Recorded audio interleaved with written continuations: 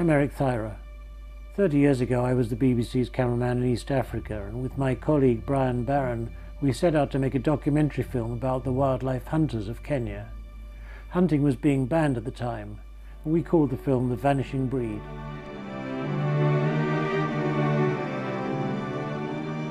The professional hunter of yesteryear is definitely a vanishing breed. We are a vanishing breed to a certain extent, but we're not quite an extinct species yet.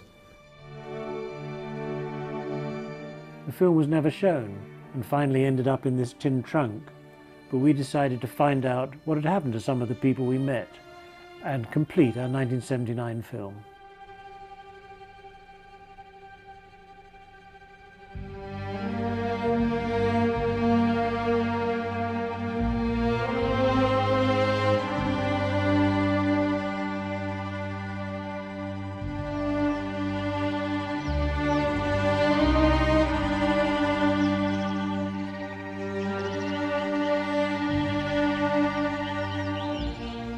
Good evening. 2 years ago, there were more than 60 white hunters operating in East Africa. Today, maybe half a dozen. This is a report about what they used to do and how they're coping now. It's gratifying to find that the white hunters, although a vanishing breed, generally measure up to their formidable myth. In the early days, anything went. There were no strict rules about when and what to shoot. There was no hunters' association. The amount of wildlife seemed infinite.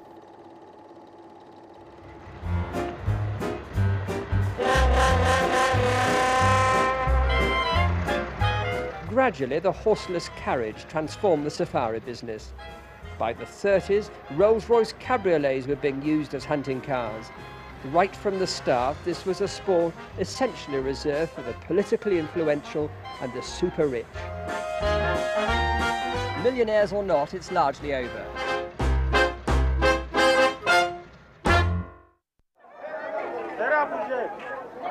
Kenya, the heartland of white hunters, closed them down 2 years ago in a futile bid to protect wildlife that was being ruthlessly poached.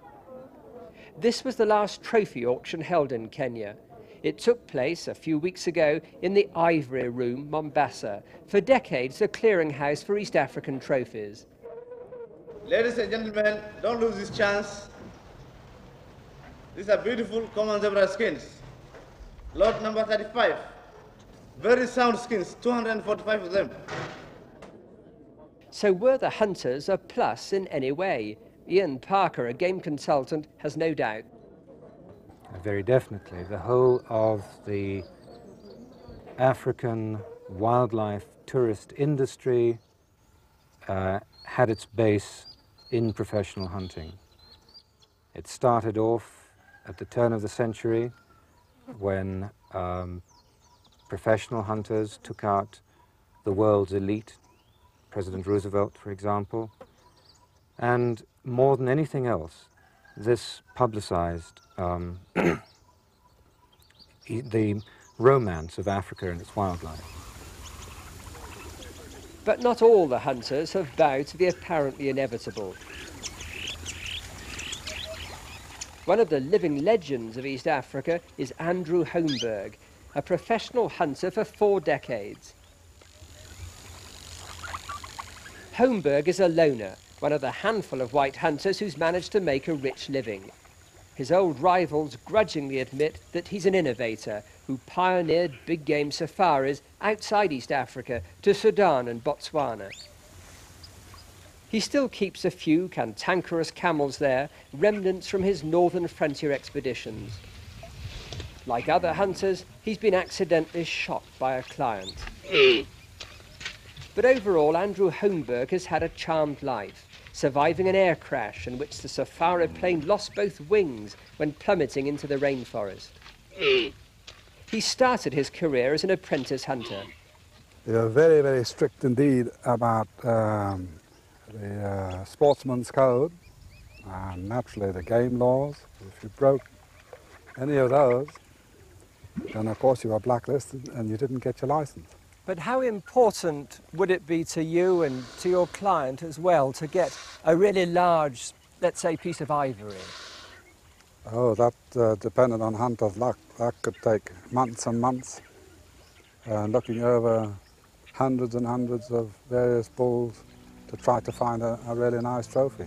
That is the challenge, to try to get a nice trophy, not just to kill an elephant.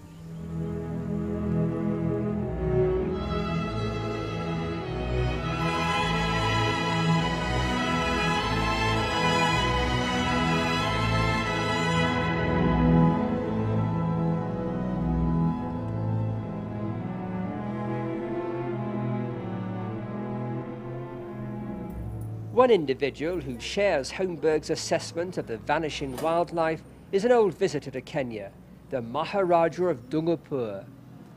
He's hunted in Africa for 40 years.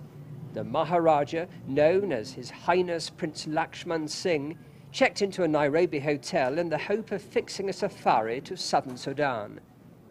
By travelling frugally, the Maharaja can afford to hunt in Africa every 2 years. On this visit, he waited 3 weeks, but none of the white hunters could organize the trip. I started hunting in 1919. I shot my first panther in 1919. A good long time back. And what do you do with these trophies? I send them up to be cured, and they are all head mounts and hung up on the walls of my palace, and I love watching them.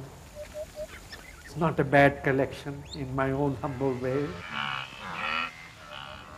I think the game is decreased vastly, and all those wonderful herds of wildebeest and zebra are gone.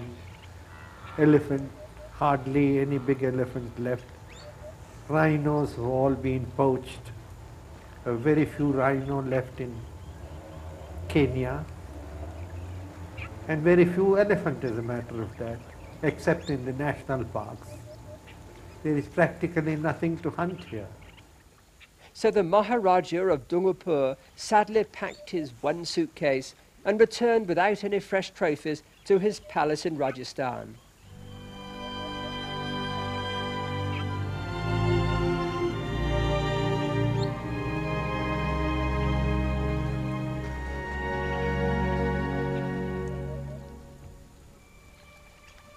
By the 1970s, the big game business had become a rat race. The game department's rigorous vetting of hunters had all but disappeared.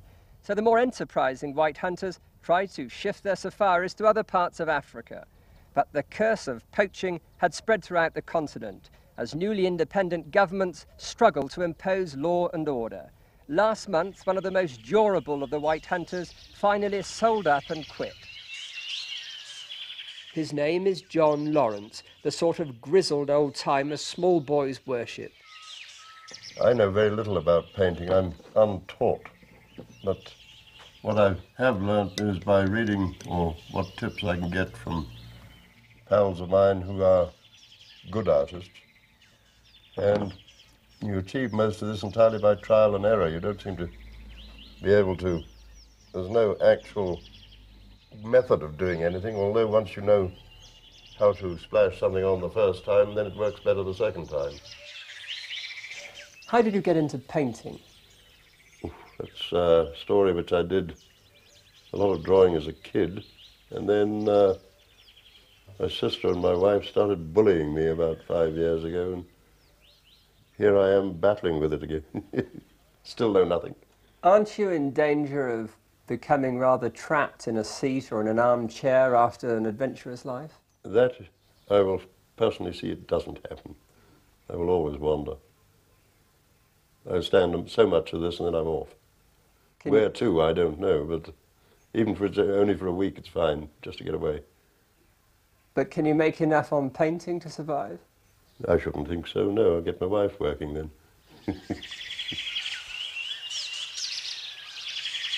2 miles away, another former hunter's memories of life in the bush are also being fused into an art form. In this case, sculpture of big game animals, such as an elephant. This work by Thirer Mathews is in demand among wildlife clubs in the United States. At £2,000 sterling per individual piece, such art is hardly cheap. Yeah, the trouble with this stuff is that it goes off in about 30 seconds, especially in the hot sun. Since that hunting accident of yours, have you ever tried to go back to the bush? Yes, I have, but it doesn't really work out because, you know, I've got limited peripheral vision, and I just find I'm handicapped. You know, when I get into the bush, you don't have the depth perception, and also, having spent so many years of my life being accustomed to having two eyes, I don't see what's on the left side, and I assume that there's nothing there.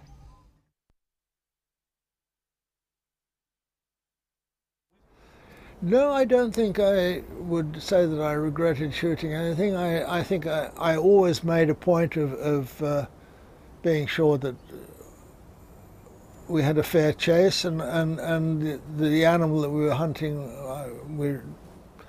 my guests required or wanted.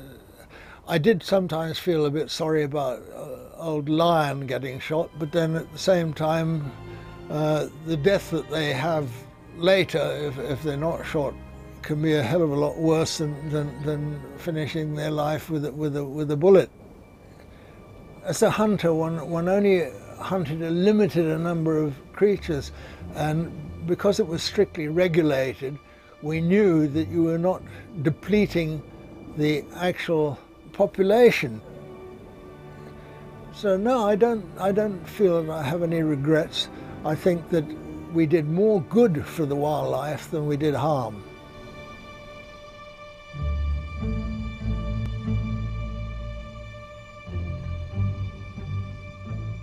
Few countries in Africa permit professional hunting. A major reason why the white hunters are themselves a vanishing breed is that world attitudes towards wildlife have changed dramatically in the past 30 years. Conservation is all. The doyen of the white hunters is a 73-year-old who now regrets having shot big game in large numbers. Sid Downey, founder of the oldest and largest safari company in Africa. One sign of this top hunter's repentance for past deeds is the time he lavishes on the aviary in the garden of his secluded home. Today, the former hunter's tabby cat, Mr. Whiskers, has the run of the old trophies that are scattered through the house. Well, I shot wild animals then for two reasons. I had to make money out of something, somehow, and also I had to gain experience before I was qualified to guide other parties on safari to hunt these animals. In those days, leopards were vermin, which meant that you could shoot as many as you liked, and a leopard skin then would earn me about 20 shillings. Today, it's many thousands of shillings. Why have you kept, say, this leopard skin and your lion skins and so forth? As a memory, and again, there's nothing else I can do with them. I can't throw them away, I won't sell them, and after all, it's a way of respecting the animal that you shot, I think, to keep the trophy. While most hunters struggle to adapt to different work, the new kingpin of the safari business prepares for the next season. At 35, Robin Hurt is East Africa's #1 hunter, at least in terms of bookings. He's a consummate professional. So how does Hurt still succeed where most of his rivals have given up? I think mainly because I have a very good clientele, people who've hunted with me many, many times. And usually I go overseas every year at the invitation of my clients, and I meet new clients through them. And the word gets around, you know, if you put out a good deal, then you get the business. If you don't, you don't. You know. Apart from a pretty rich living, what else do you get out of hunting? Is it partly being on the threshold of danger all the time? That's part of it. It can be very exciting, like hunting elephant in thick forest can be very exciting. The danger element is there. It is a dangerous game. Even Robin Hurt's pet mongoose sneaks in on the act and filches supplies. When eggs are available, the mongoose shows no restraint.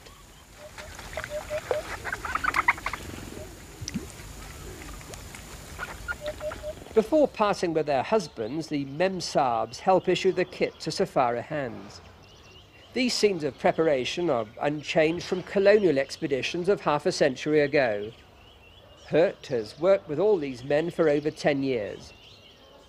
At least the money's good. A 2 to 3 week safari will, on average, cost two clients about £15,000 sterling, and if their tastes are truly Epicurean, the tab will be accordingly higher. So anything's possible, and any trophy attainable at the right price.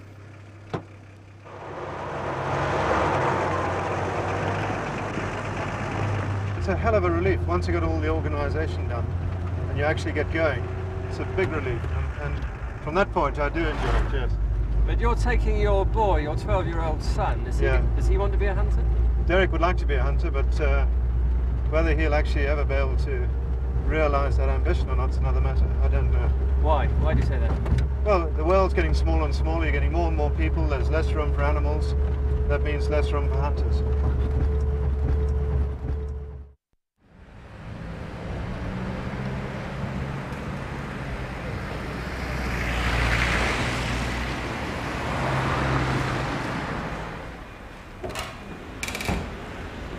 I come to London 4 or 5 times a year, so I love coming to these sort of places and seeing old pals.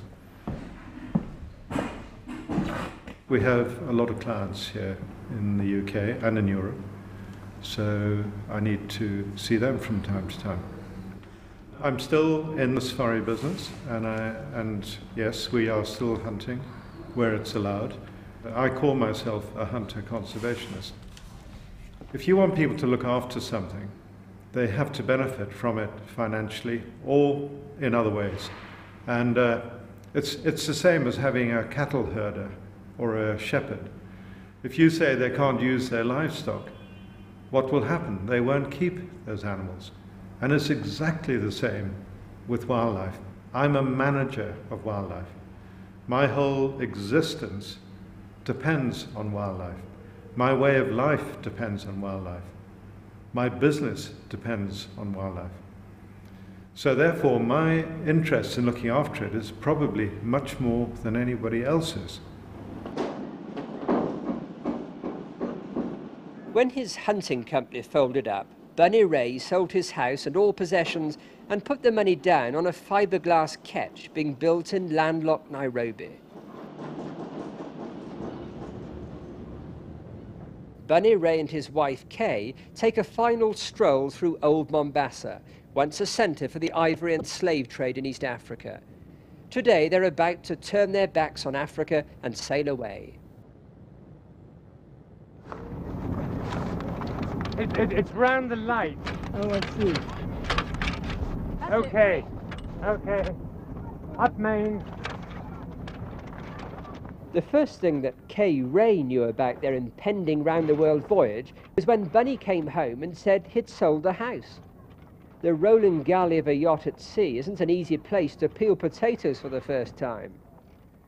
Yes, I'm nervous. I'm scared. But scared of what? I'm scared of water, period. But I can adapt, I think. And space, I feel confined, but that I think I should overcome too. Behind the wheel is the newest member of the Royal Yachting Association.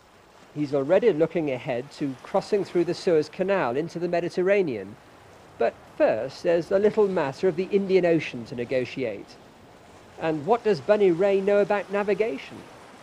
Well, I took a correspondence course, National Marine correspondence course, which I found, very thorough.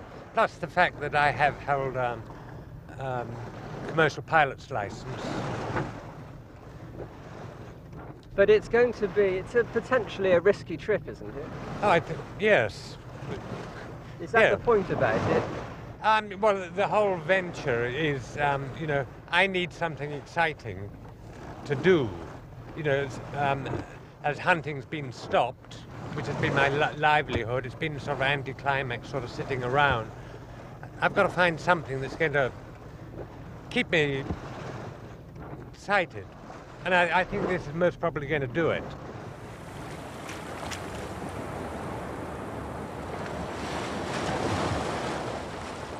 A remarkable couple, brave enough to start all over again in late middle age. With them, they've taken a few reminders of the years they spent in Africa.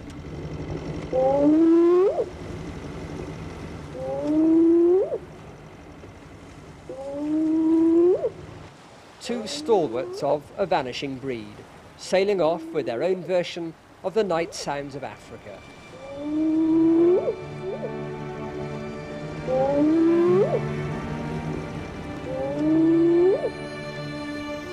I think this is probably the end of an era.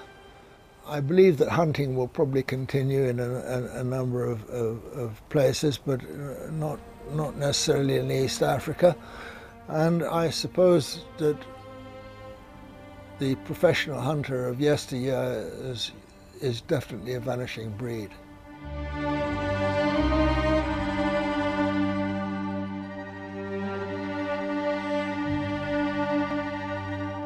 A snapshot of the vanishing breed taken all those years ago. My friend and colleague Barron and I had planned to go back to Kenya to see how things had changed. Sadly, he died of cancer.